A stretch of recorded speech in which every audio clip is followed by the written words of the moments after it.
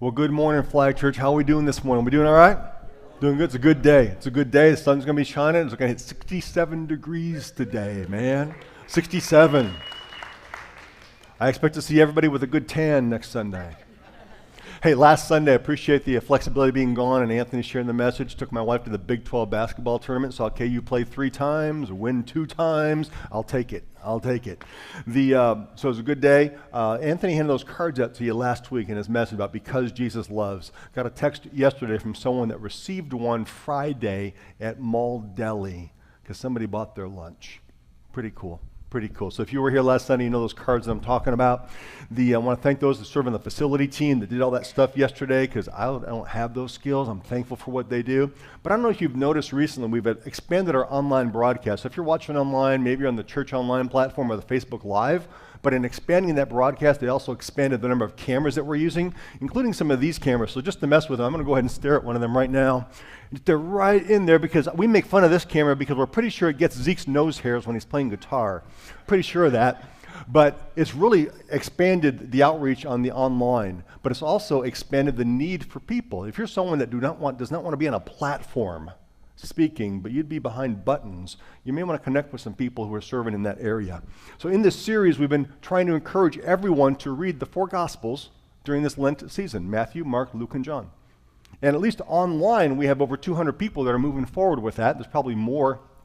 And if you're doing that and you've fallen behind, welcome to the club. Every one of us have fallen behind in goals before.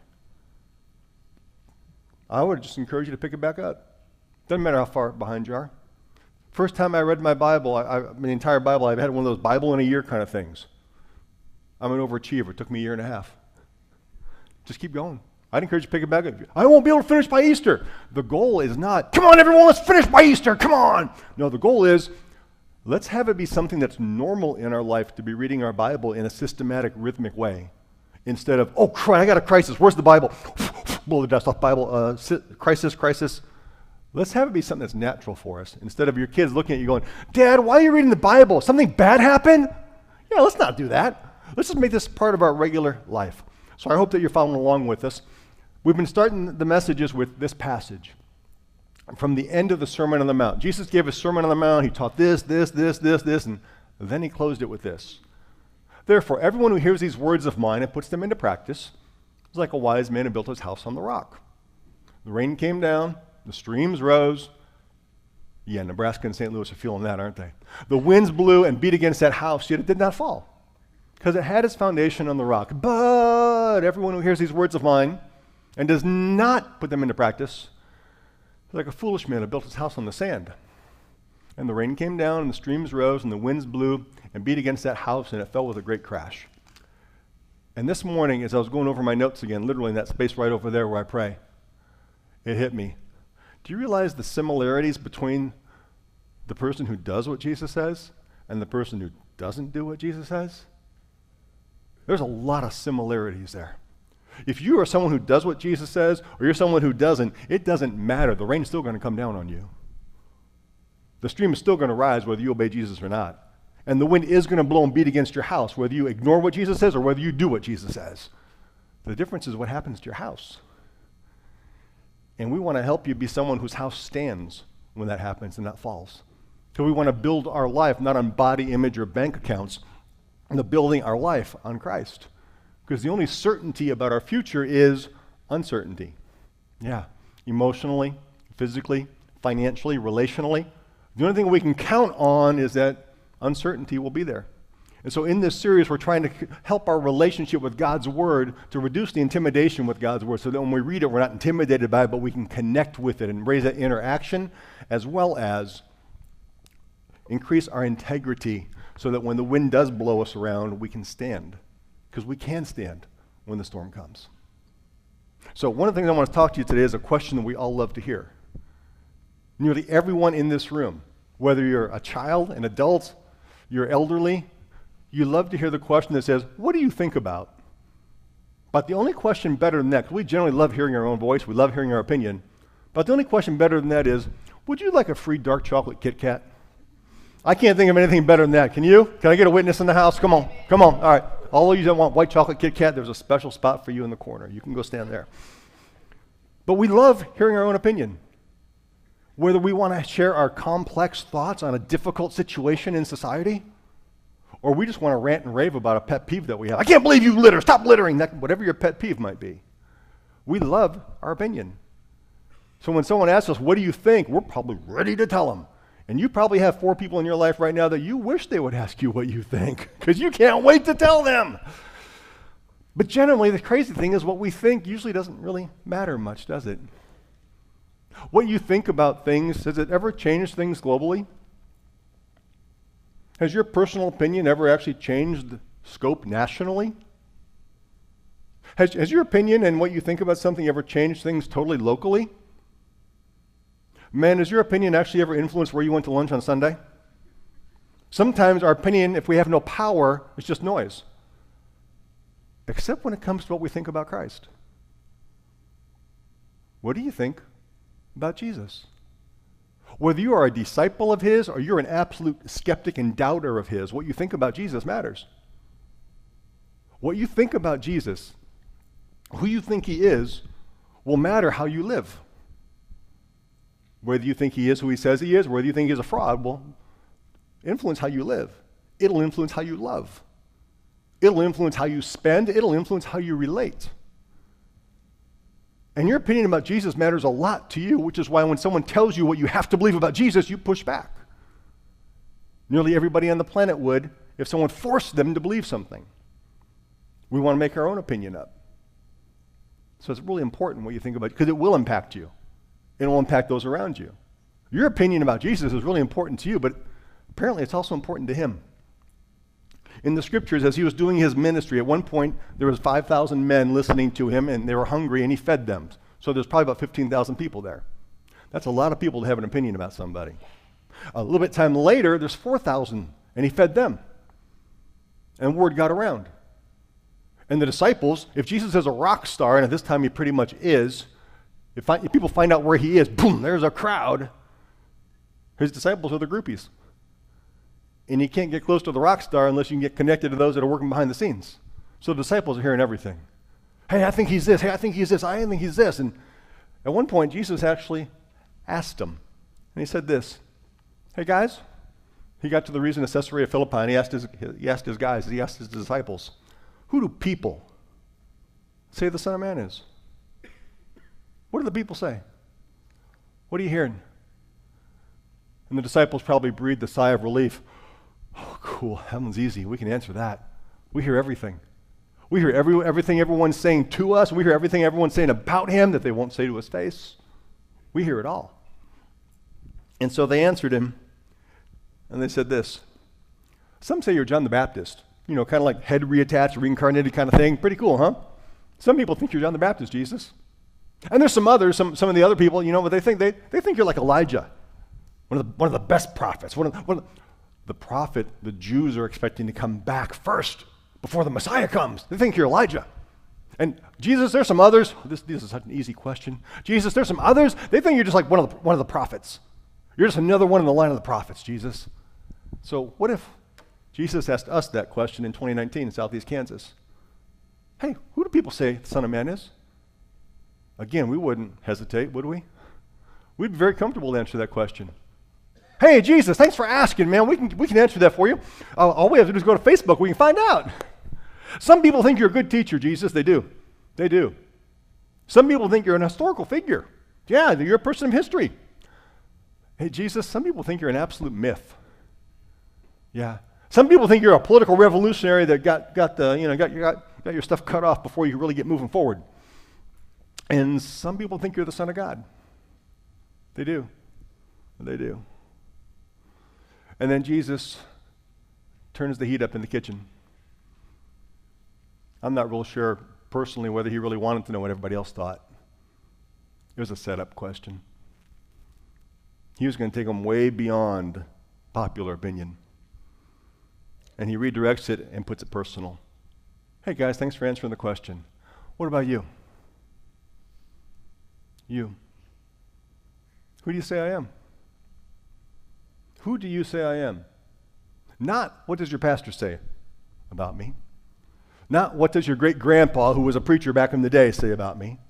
What does your spouse who drags you here on Sunday just because she promises you you're going to get a nap this afternoon say about me? What about you? What do you say about me? And the crazy word there is the word say. Not what do you think about me? Not what do you think internally, privately that you share with nobody about me? But what do other people think you think about me? Now, by say, I don't mean going to lunchtime crowd at your workplace or at Pitt State, getting on top of a chair and proclaiming to everyone who you think Jesus, the Son of God, is. No, but it could be when it pops up in conversation, who do you say he is? Who do you say he isn't? There's a lot of agreement about Jesus, generally. Globally, if anyone has half a brain, they agree about his influence. Last 2,000 years, no one's influenced the world more than Jesus Christ. But they may disagree about his ideology. All across the planet, nearly everyone agrees about his personhood, that he was a person in history. But not everyone agrees about his parentage. Really? Born of a virgin? Seriously? Nearly everyone agrees he was executed, historically. But not everyone will agree that he was exalted after he was executed. Most will agree that his execution happened by crucifixion, but they won't necessarily believe that he's deity and he was deified. Most will agree that Jesus has been used, misused, abused, adapted, and adopted to pretty much anyone's personal or political agenda all throughout history. He tends to be morphed a lot, whereas like people take sculpting clay, or if you have kids in the house, also known as Play-Doh, and they make their Jesus, and there's Jesus, but ooh, that part's too harsh. Let's take that part of Jesus off. Let's put on some more love. Ooh, that part's too challenging. Let's take that off. Let's put on some more acceptance. And now we have a Jesus. We like that Jesus. Voila. What do you call somebody that makes their own God and then bows down to it? Isn't that an idol? Let's follow the Jesus who is, not the Jesus that we think we want him to be. Because if we were creating our own Jesus, we would end up with something made in our image. And we have enough people bowing down to the image of man in our society when we really need to be bowing our hearts before him. And this idea of morphing Jesus into what you want is not new. Let's roll back history just a little bit. Let's go to the Renaissance. Go ahead. Put your nose up in the air, stick your gut in, put on a big hat, and go to Kansas City and go to the Renaissance Festival. 1300 to 1600 AD. The Renaissance. As they viewed Jesus, this is how they viewed Jesus. Not just as the Son of God, but he's the universal man. He's the figure who inspires the humanistic revolt against traditional beliefs and against medieval beliefs. But by the time the 1700s came around, we were done with that Renaissance stuff. We're ready for the Age of Enlightenment. Jesus is now the teacher of common sense. Jesus is a moral reformer, and he's opposed to the superstition and the spiritual tyranny of organized religion. Fast forward to World War I. Early 1900s, Jesus is the King of righteousness. Jesus is the one who helps us fight these unholy nations that are trying to take us down. In the 1930s, because of all the horrors of World War I, Jesus is now the Prince of Peace. He's the divine diplomat. He wants everybody to disarm, and he wants everyone to work for world peace, and we never have another war again. You get to the late 60s, and it's the Marxist Messiah. Jesus is the one that champions the cause of the poor and tear down the capitalists. Then you get to the 1980s, and now all of a sudden Jesus is all about the moral majority. We know what's right, Jesus knows what's right, and we're going to stand for what's right with Jesus, and we're going to get the political powers to align with us. All throughout history, people have been saying stuff about Jesus. But what do you say? Who do you say he is? Because no one else's answer to that question will affect your direction or your destination. And isn't that respectful of him? To let your answer to that question be where it takes you as opposed to what someone else's answer is? Because when it pops up, the general response is not some theological answer. Who do you think Jesus is? Well, I think he's this and this and this. The general answer is, I go to church. I go to that flag church. No, I really don't know what the flag means, but I go to the flag church, Family Life Assembly of God, in case you're wondering. I'm a Christian. That doesn't answer the question, does it?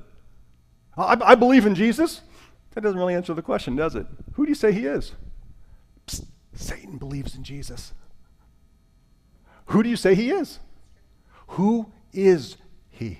As we've been going through this Bible reading and these passages, I keep coming across things in Scripture and I'm going, crud, you go back to Christmas and you got, ooh, what child is this? What child is this? I'm looking at what he's doing through the gospel and going, who is this guy? The disciples were doing that regularly. They're just in the boat and just back and forth, and all of a sudden Jesus says, hey, wind, waves, shut up. And they do. What do the disciples do? Yay, Jesus! No, they're going, we've been eating with him. Who is this guy? Don't ever be thinking you've gotten all the mystery of who Jesus is because of your limited experience and my limited experience. Who do you say he is? If you're not careful, you'll give a simple cop-out answer because our nation is great at that. And we have a political season coming up. Isn't that going to be awesome? Yeah! I can't wait for more political commercials. Mr. Politician, what do you think about ABC? Mrs. Politician, what do you think about ABC? Oh, the answer is D, E, F, G, and they'll say everything but ABC. And we do a good job of that too sometimes. Who do you say he is?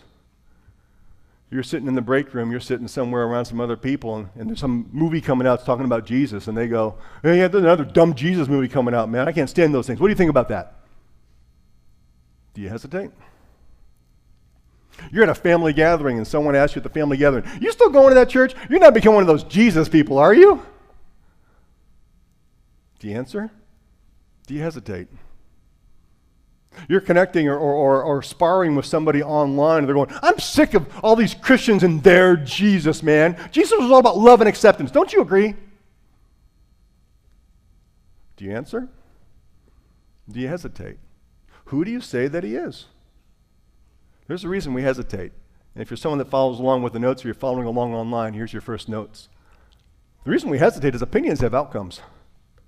If I step up, or if I speak up, and again, by speak up, I do not mean getting on top of a chair and screaming at everybody. But if I speak up, man, I don't want people thinking this about me, or I don't want people thinking that about me. Do you realize people base their opinions about people based on their opinions? Let me say that again. People base their opinions about people based on their opinions. Let me give you an example. Hey, this is my friend right here. He believes the moon is made of green cheese. You already have an opinion about him because of his opinion. We all do that. We have to make some sort of judgment to say, do I trust this person and let them hang out with my kid or do I not? Really? Your dad thinks the moon is made of green cheese? Tell you what, we'll play in a public place. We base our opinions off of people based on their opinions. Are you hesitant to declare who Jesus is because someone will say, well, you're that kind of person? What step would it take?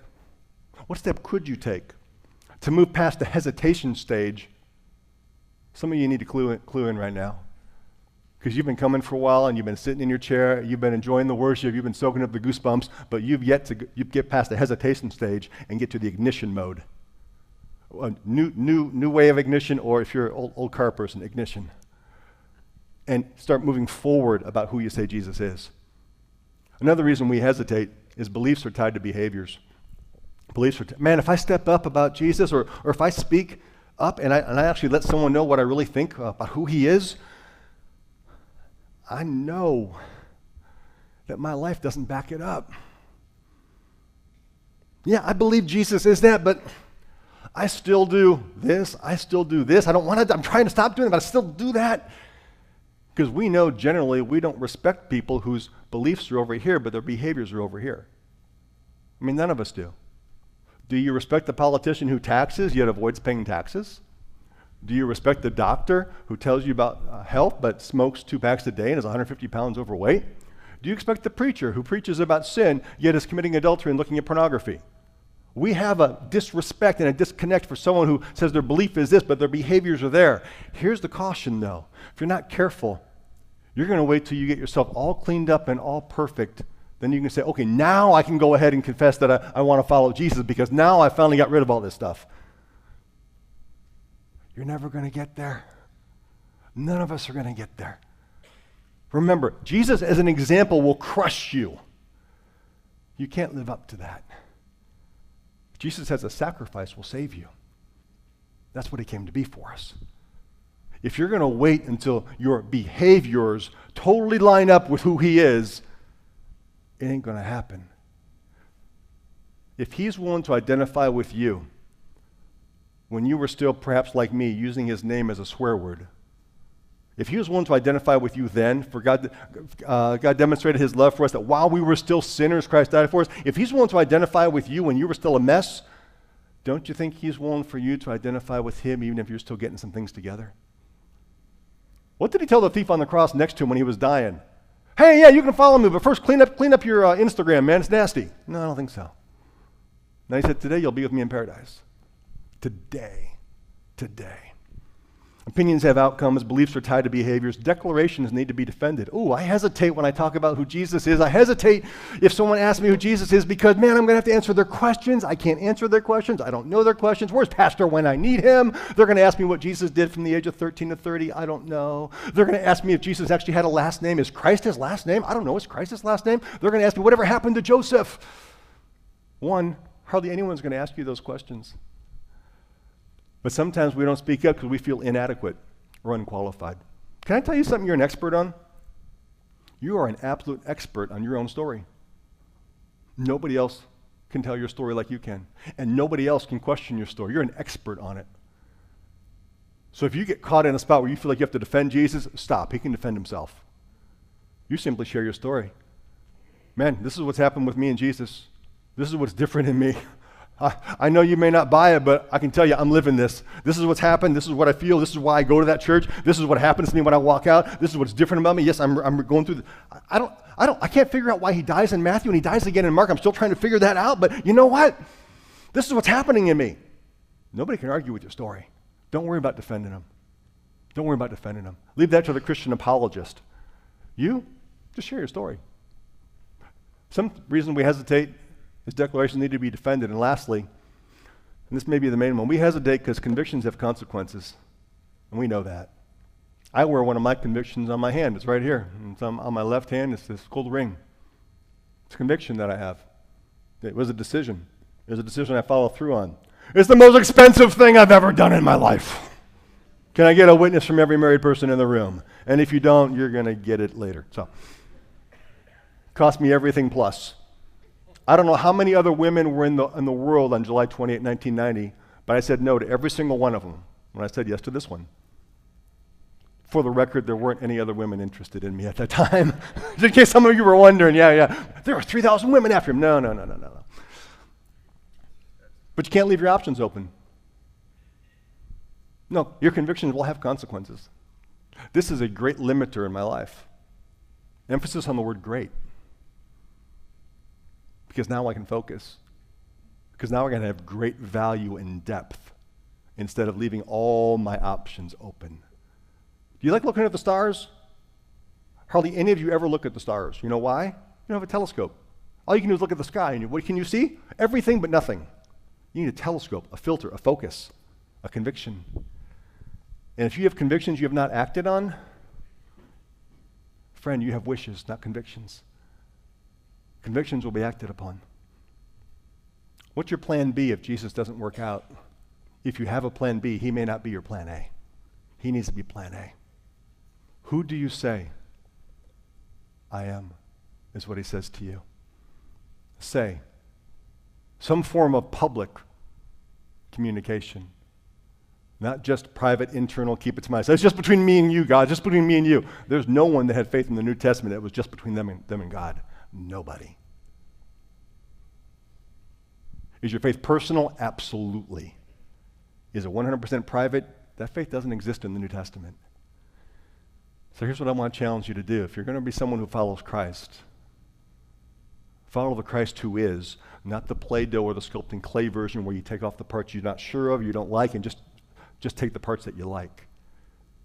When I first read this next statement I'm going to show you, it rocked me and it may rock you as well, but a reduced Christ is the same as a rejected Christ. I don't want to see your house get knocked around because the rain came down and the floods came up.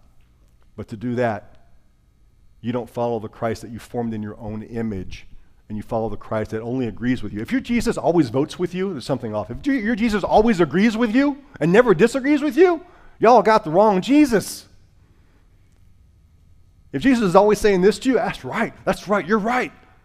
You might just be worshiping an idealized version of yourself, which is a very dangerous place to be. Let's not reduce Christ. Let's not reduce him. And some of you may be going, Pastor, Just tell us what to believe. Just tell us what to say. What am I supposed to believe about Jesus? And that's what I'll believe. If somebody can talk you into it, one crisis is going to talk you out of it. One challenge is going to talk you out of it. Get in the Gospels. Read Matthew. Read Mark. Read the eyewitness accounts of those who lived with him, walked with him, ate with him, were in the stinking boat with him when it was doing this, and all of a sudden, whoosh. Read what they had to say. Talk to the eyewitnesses. Don't just talk to a pastor. Wrestle with what you read about Jesus. Love the parts where you, Jesus loves the little children. I love that part. Also wrestle with the part where he challenges people. Wrestle with it. I am going to tell you one thing not to say about Jesus. One thing. Please don't ever say this about Jesus. If you do, please don't tell anyone you've ever gone to church here. It will embarrass me to no end. Don't ever say one thing about Jesus. And to do that, I'm going to read you a quote. I don't like reading long passages to you, but this one is an exception. And yes, it's by C.S. Lewis. The way you've probably heard it phrased is, the short version of the illustration is this: he's either a liar, a lord, or he's a lunatic. One of the three. Let me actually share the context with you. I'm trying here to prevent anyone saying the really foolish things that people often say about him. I'm ready to accept Jesus as a great moral teacher, but I don't accept his claim to be God. That is the one thing we must not say. And then he explains why. A man who is merely a man and said the sort of things that Jesus said would not be a great moral teacher. Pause.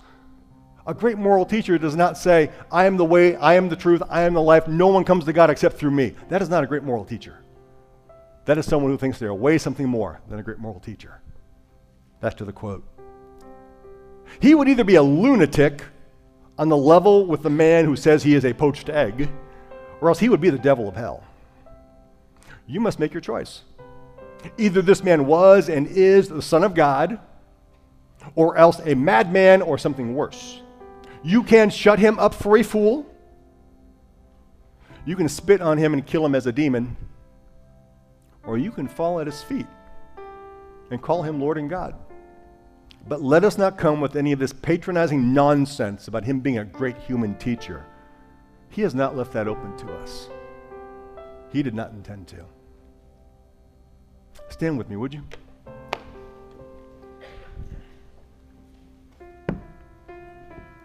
Can we bow our heads and hearts across this place?